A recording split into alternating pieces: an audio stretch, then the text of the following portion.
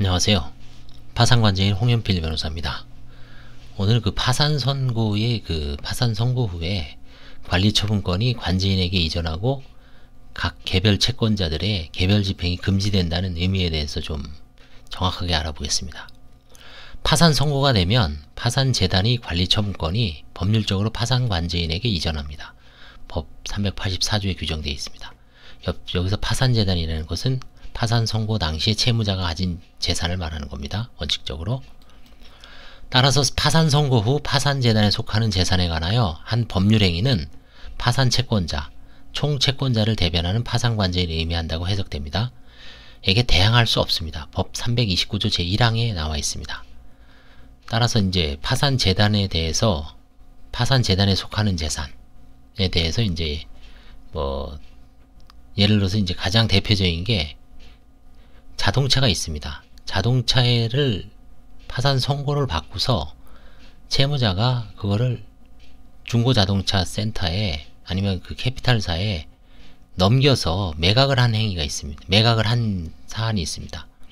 그런 경우에 제가 내용 증명을 보내서 당신들이 이 자동차를 가져간 것은 파산 선고 후에 매매가 이루어졌기 때문에 대항할 수 없다. 그러니까 관제인에게 대항할 수 없다는 건 관제인은 무효를 주장할 수 있는 겁니다. 그래서 다시 그 자동차를 원상 회복하든지 아니면 그 매각 대금을 내놔라.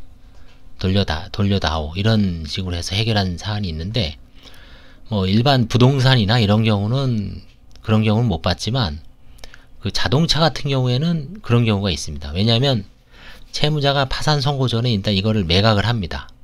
그래서 이제 누구누구에게 중고자동차 센터에 가져다가 놓은 상태에서 파산 선고를 받습니다.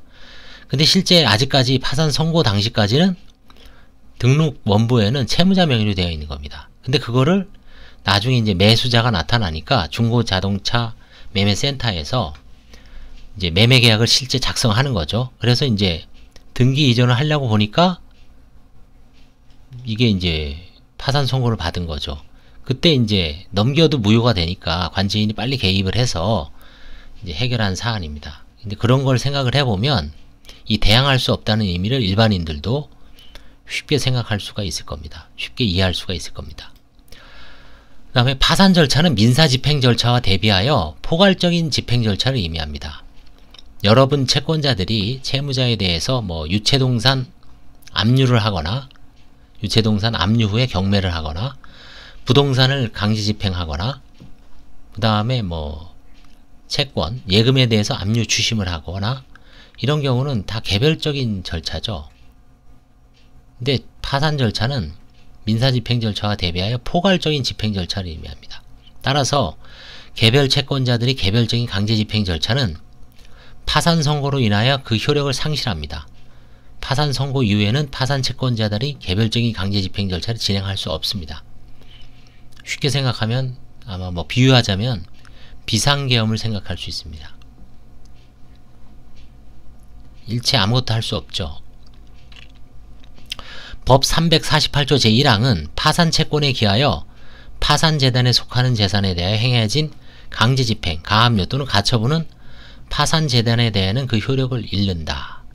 따라서 파산재단에 속하는 재산에 대해서 강제집행을 하거나 가압류 또는 가처분을 해봐야 소용이 없습니다. 그 효력을 잃습니다. 다만 파산관제인은 파산재단을 위하여 강제집행 절차를 속행할 수 있다. 이건 무슨 얘기냐면 채권자가 강제경매는 집행권원으로 하는 거죠. 판결이나 공정증서, 화해조서 이런 걸 갖고 경매를 넣는 게 강제경매인데 그 채권자가 파산 선고 전에 하던 것을 채무자가 파산 선고 받은 다음에 원칙적으로는 그 효력이 없지만 관제인은 그 효력을 인정을 해서 그냥 속행해 주십시오 라고 할 수 있습니다. 그래서 그 지위를 승계해서 그대로 파산재단에다가 재산 한가대금을 귀속시킬 수가 있습니다.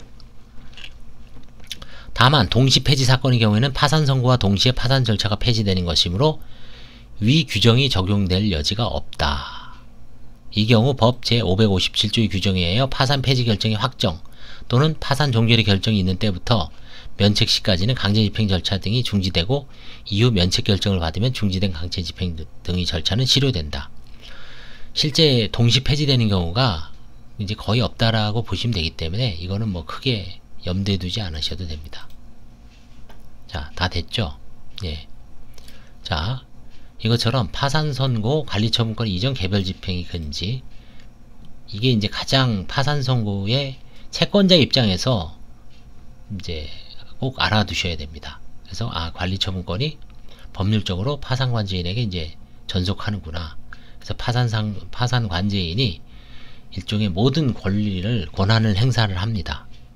그래서 파산 채권자를 위해서 권한을 행사를 하고 개별적인 채권자들의 권리 행사는 금지되거나 이미 행사해도 다 효력을 상실해 버립니다. 그래서 그 점을 염두에 두시고 어떤 파산의 어떤 그 가장 강력한 효과가 결국은 개별 행동 금지, 개별 집행의 금지라는 것을 뭐 채무자도 마찬가지고 특히 채권자 입장에서는 잘 염두에 두시고 파산 절차에 참여하거나 뭐 의견을 내실 수는 있습니다. 감사합니다.